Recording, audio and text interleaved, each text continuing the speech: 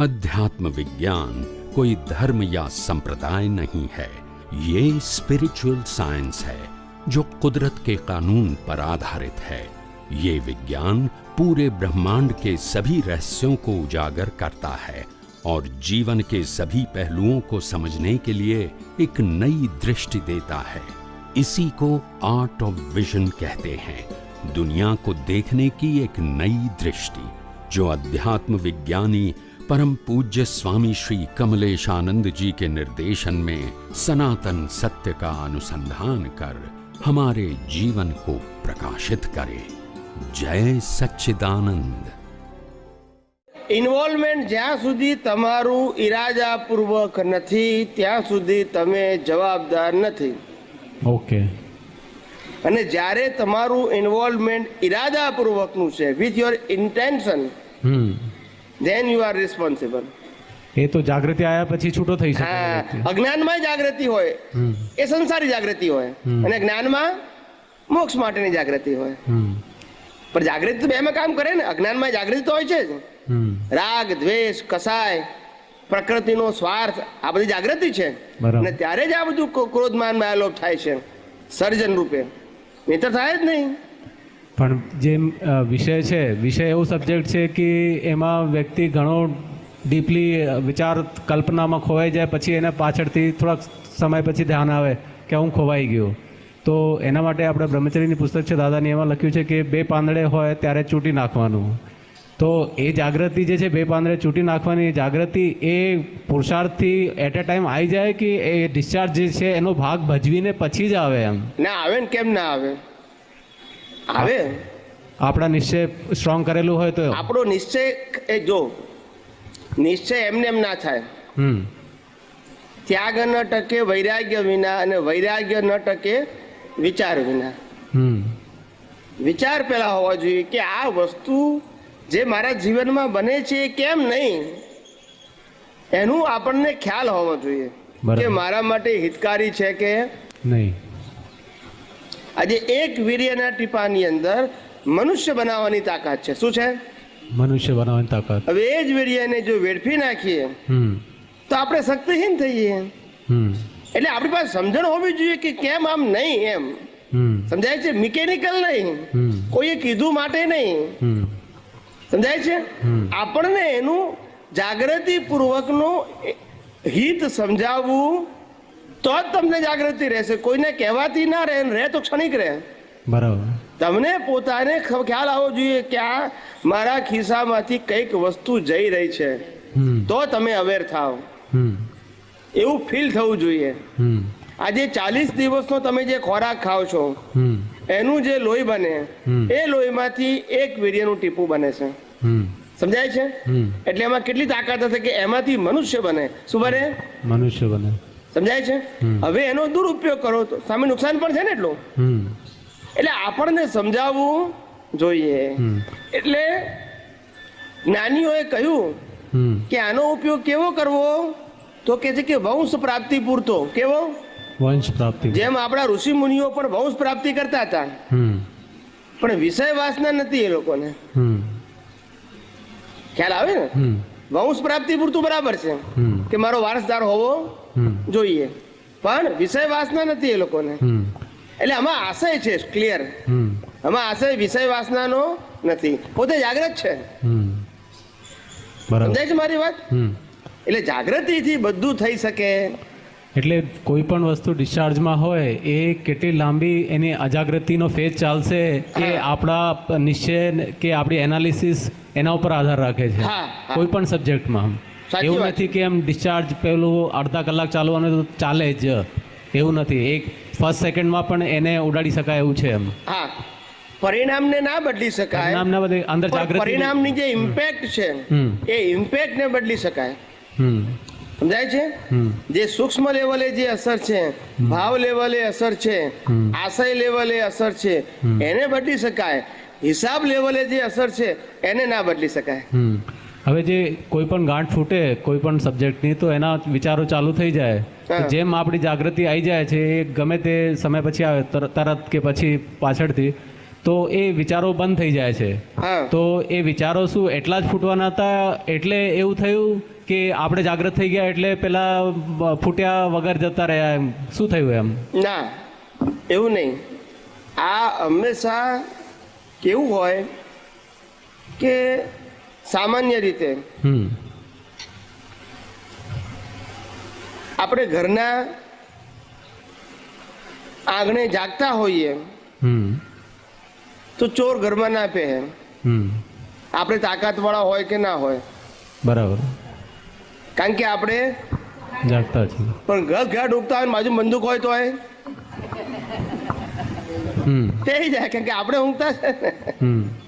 એવી રીતે જે આ વિચારોનું દબાણ છે, સંજોગોનું દબાણ છે, એમાં આપણે જાગતા હોય તો ધીમે ધીમે શાંત થઈ જાય, કારણ કે આપણને ખબર છે શું છે કે લાભ શું. અને જાગતા એટલે પેલું આંખો જાગતા નહીં માનવાનું, હિતાહિતનું ભાન એને જાગતા. તો ખાલી દાખલો આપું તમને. બરાબર. કોઈ પણ પરિસ્થિતિમાં આપણે જાગતા હોઈએ તો આપણને ખ્યાલ આવે કે આ મારા માટે હિતકારી છે કે હિતકારી નથી.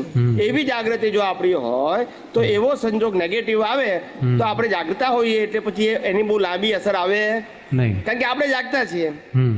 પણ જો આપણે ઊંઘતા હોય તો પછી એનું આખું ઝાડ બની જાય. બરાબર. જેને જૈન પરિભાષામાં અધ્યવસાય કહે છે. શું કહે છે? અધ્યવસાય.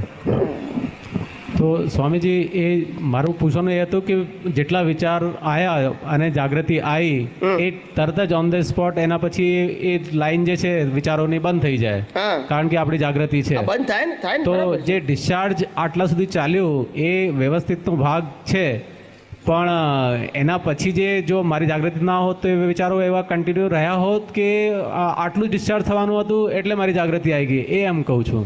ના ના ના, એવું સમજાવું તમને કે અમે કેવું છે કે એક બીજ હોય અને બીજની પછી શાખાઓ ફૂટે, એની પ્રતિ શાખાઓ ફૂટે, પ્રતિ શાખાઓ ફૂટે. બરાબર છે? બરાબર. પણ આ બીજ ઉગતું હોય, હજુ 2 પાંદડે થયું હોય અને જાગ્રત રહો એટલે બીજી શાખાઓ ના ફૂટે. હા, એ શાખાઓનું શું થાય પછી? ના ફૂટે, કરમાઈ જાય. તો એનો મતલબ એ કે બીજમાં નથી? ના, બીજમાં હતું. હા, પણ તમે જાગતા હતા ને. હા, તો ફૂટી નહીં, આગળ પ્રક્રિયા ના થઈ. તો એ ડિસ્ચાર્જના પરમાણુઓનું શું થયું પછી? એ ડિસ્ચાર્જના પરમાણુ બીજમાં જ ખલાસ થઈ ગયા, અંદર અંદર જ ઓગળી જાય. અંદર અંદર ઉડી ગયા. તમે જાગતા રહ્યા ને માટે. પણ આપણને ખબર ના પડે પછી ના કે આ જે ઓગળી ગયા જાગૃતિને લીધે ઓગળી આપણને ગયા. ખબર પડે કે ના પડે, આપણને ના ખબર પડે તો અજ્ઞાનમાં કર્મ બંધાય જ. એમ જ્ઞાનમાં કર્મ ના બંધાય, આપણને ખબર ના પડે તોય. ઓકે. જાગતા હોવા જોઈએ. ખબર ના પડે એનો વાંધો નથી. બરાબર. જેમ અજ્ઞાનીને ખબર ના હોય તો એ કર્મ બંધાય જ, એને ભલે ખબર નથી તોય. એમ જ્ઞાની જાગતો હોય તો કર્મ ના બંધાય, ભલે ખબર ના પડે તોય. કારણ કે કુદરતનો કાનૂન છે ને, મારો તમારો કાનૂન નથી. બરાબર. એટલે કુદરતનો કાનૂન તમે જાણો છે જરૂર નથી, જાગૃતિ છે ને એ મહત્વનું છે. બરાબર. જેમ મને કર્મનો સિદ્ધાંત એક્સપ્લેન કરતા ના આવડે એનો વાંધો નથી મને નોલેજ તરીકે, પણ કર્મનો સિદ્ધાંત હું જાણતો હોઉં કે ભાઈ હું જે કંઈ કરીશ એનું મારે ફળ ભોગવવું પડશે, આટલું જાણતો હોઉં તો હું દરેક ઠેકાણે જાગૃત રહું કે આવું ન હોવું ઘટે, આવું ન હોવું ઘટે, આવું ન હોવું ઘટે. તો એનું ફળ મને મળે. પછી હું ના જાણતો હોઉં તો બરાબર. સમજાય છે ને? મને એક્સપ્લેન કરતા આવડવું જરૂરી નથી, સામાન્ય સમજણ હોય એટલે બહુ થઈ ગયું. બરાબર. એટલે એને જાગૃતિ કહેવાય. પણ શું કહેવાય? જાગૃતિ કહેવાય. હવે એટલે જાગૃતિ પોતે કામ કરે છે. શું કરે છે? જાગૃતિ પોતે કામ કરે છે. એટલે આ દરેક વસ્તુને ફેલાવવી, વિશેષ કરીને હું દાખલો તમને આપણો તમને વિશેષ ખ્યાલ આવશે. જો આ ભલે થોડું કાચું સમજાયું હોય, દાખલા તરીકે આપણને જ્ઞાનમાં રસ છે હવે, અને જ્ઞાનની કોઈ બાબત હોય, જ્ઞાનનો કોઈ સિદ્ધાંત હોય, દાખલા તરીકે કુદરતી કાનૂન કે વ્યવસ્થિત શક્તિ, તો આપણને આમ વિચાર આવે, ઘરમાં ફ્રી બેઠા હોય પછી આમ લાગે વ્યવસ્થિત શક્તિ, વિચાર આવ્યો પછી આપણને ખ્યાલ આવે કે વ્યવસ્થિત શક્તિ આમ હશે, આવું હશે, આ રીતે હશે, આ રીતે હશે, કુદરતી કાનૂન આમ કામ કરતું હશે. કારણ કે આપણને હવે વ્યવસ્થિત શક્તિ કે કુદરતી કાનૂન જાણવામાં આપણને રસ છે. એટલે આપણે એ વિચાર જેવો આવ્યો કે તરત આપણે એલર્ટ થઈ ગયા. શું થઈ ગયા? એલર્ટ થઈ ગયા. અને આપણને એમાં શું છે? આજે રસ છે, આપણી જાગૃતિ છે, આપણો ઇન્ટરેસ્ટ છે, આપણો ત્યાં આશય સમાયેલો છે, આપણો પુરુષાર્થ સમાયેલો છે. સમજાય છે? હવે એ વખતે તમને બીજો કોઈ વિચાર આવે કે આપણે બહારગામ જવું છે તો સાયલેન્ટ થઈ જાય એક કારણ પેલામાં રસ છે તમને વિચાર આવે ખરો પણ તમે એમાં ઇન્વોલ્વ થાવ નહીં. હવે જેમાં ઇન્ટરેસ્ટ છે એના લગતા જેટલા વિચારો આવે એ છે તો બધા ડિસ્ચાર્જ જ ને? ના, વિચારો ડિસ્ચાર્જ છે. વિચારોમાં વિચરો છો એ ડિસ્ચાર્જ નથી. એ ડિસ્ચાર્જ નથી પણ એ તો આપણે વાત કરી ને એ તો બરાબર છે કે એક વસ્તુને લગતા સળંગ 10, 15, 20, 50, 100 વિચાર આવે તો દરેક વિચાર તો ડિસ્ચાર્જ જ છે ને. ભલે આપણું ઇન્વોલ્વમેન્ટ તો પુરુષાર્થમાં જાય. હા, એટલે જે વિચાર નેચરલ છે એ પરિણામ છે. પણ જે વિચારમાં તમે ઇન્વોલ્વ થાવ છો ગમતા કે ના ગમતા, જ્ઞાન કે અજ્ઞાનથી, એ તમારો આજનો પુરુષાર્થ છે. એનું ફળ તમને નેક્સ્ટ બર્થમાં. પણ વિચાર તો કાયમ નેચરલ જ હોય ને, અનનેચરલ તો હોઈ ન શકે ને. ના, મેં કીધું ને કે નેચરલ વિચાર એટલે કુદરતી આવે અને એમાં વિચારીએ એ વિચારો આપણો પુરુષાર્થ કહેવાય છે કે જેમાં આપણો આજનો આશય સમાયો છે. પણ દરેક વિચાર નેચરલ જ હોઈ શકે ને. આપણે જાતે તો ઊભું કરી શકીએ જ નહીં ને કોઈ પણ વિચાર. આપણે જ્યારે ઇન્વોલ્વ થઈએ છીએ ત્યારે આપણે જવાબદાર છીએ, નેચરલ નથી. એ આવતા ભાવ માટે, આ ભાવમાં તો નહીં ને. ના, તમે આજે નેચરલ અનનેચરલ બનો બીજ રૂપે તો જ બીજા બર્થમાં નેચરલ ફળ રૂપે આવે. હા, બરાબર છે. બીજા અવતારમાં નેચરલ કહેવાય પણ આજે નેચરલ ના કહેવાય. જે તમે ઊભું કર્યું એ નેચરલ ના કહેવાય કારણ કે બીજ છે. પણ જ્યારે ફળ આવે ત્યારે નેચરલ. જેમ એક છોકરો ભિખારીના ઘેર જન્મે તો નેચરલ, એ જ સમયે બીજો છોકરો રાજાના ઘેર જન્મે એ નેચરલ કારણ કે ફળ છે. પણ જ્યારે બીજ નાખ્યા ત્યારે એ નેચરલ નથી. એ નેચરલ કહીએ તો પછી કર્મ કહેવાય જ નહીં ને. એ પુરુષાર્થની જગ્યા બરાબર છે. હું એમ કહું છું કે જેટલા પણ વિચારો આવે છે એ 100% ટોટલ ડિસ્ચાર્જ જ છે. તો એક પણ નવું વિચાર તો કરી શકાય એમ છે જ નહીં ને. એમાં ખાલી ઇન્વોલ્વમેન્ટ કે સેપરેશન એટલું જ રાખી શકે. હા, પણ એટલે ઇન્વોલ્વમેન્ટ તમારું જે છે એ તમારા આજના વિચારો છે અને જે કુદરતી આવે છે એ તમારા આજના નથી. મેં તમને હમણાં પણ એક્ઝામ્પલ આપ્યો કે જે બાબતમાં આજે તમને રસ છે એ બાબતના વિચાર આવશે તો તમે ઊંડા ઉતરશો ને જે બાબતમાં આજે રસ નથી એ વિચાર આવશે તો તમે ઊંડા નહીં ઉતરો. બરાબર. તો વિચાર તો બે છે અને બંને આવે ત્યારે તો નેચરલ જ છે. પણ આજે જેમાં ઊંડા ઉતર્યા એ ઊંડા ઉતરવાની પ્રક્રિયા વાળા વિચારો છે એ અનનેચરલ છે. કારણ કે આવ્યો તારે નેચરલ પણ ઊંડા ઉતર્યા એ આખી પ્રક્રિયા અનનેચરલ થઈ ગઈ બીકોઝ ઓફ યોર રાગ, દ્વેષ ઓર ઇન્ટરેસ્ટ.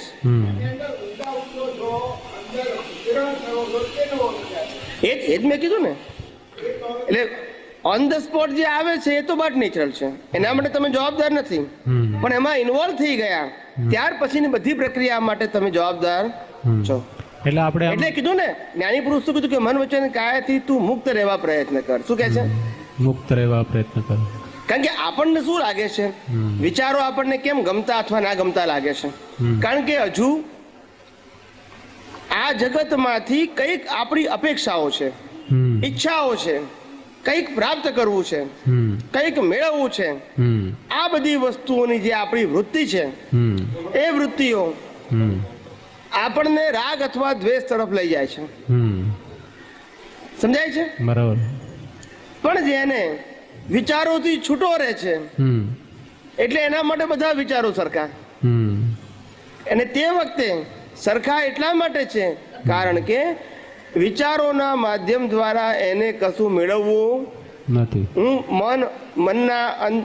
મન દ્વારા વ્યક્ત થતા વિચારોથી સર્વથા મુક્ત એવો શુદ્ધાત્મા છું. હું મન વચન કાયાથી સર્વથા મુક્ત એવો શુદ્ધાત્મા છું. એ વિચારોથી સર્વથા મુક્ત એવો શુદ્ધાત્મા છું. એવું જેને રહે છે એને ગમતો વિચાર, ના ગમતો વિચાર, લાભ કરતા વિચાર, નુકસાન કરતા વિચાર એવું રહેતું નથી. કારણ કે એટલે ઊંડો ઉતરતો પણ નથી અને માટે જવાબદાર પણ નથી. એટલે એ માત્ર પરિણામ છે. શું છે? માત્ર પરિણામ. માત્ર પરિણામ. ત્યાં પુરુષાર્થ નથી. હવે સ્વામીજી એમ દાદાએ કીધું છે કે language is mother of mind and opinion is father of mind. હવે લેંગ્વેજ અંદરે હોય છે અને બહાર વાણીમાં નીકળે છે. બરાબર છે. અને ઓપિનિયન અંદર હોઈ શકે અને બહાર પણ હોઈ શકે. હવે જે બહાર નીકળે એને માટે દાદા કહે છે કે ત્યાં તમારું કર્મ પાકું બંધાય અને અંદર જે રહે એ કાચું પાકું રહે. તો હવે જેટલા પણ વિચારો આવતા હોય કે જે સિચ્યુએશન આવતી હોય એમાં મોટા ભાગે તો આપણે અંદર જ બધું સેટિંગ થઈ જતું હોય કે ભાઈ આ બરાબર છે કે નહીં બરાબર.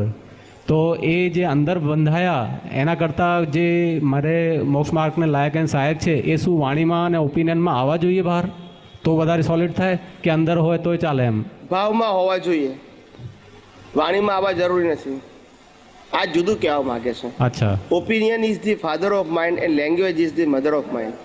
એ રિઝલ્ટના ફોર્મને કહે છે. અચ્છા. શું કહે છે? રિઝલ્ટના ફોર્મમાં. અત્યારે જે નીકળે છે ને એ આપણો ગયા અવતારનું ઓપિનિયન છે, અને ગયા અવતારના ઓપિનિયનના આધારે વ્યક્ત થતી ભાષા છે.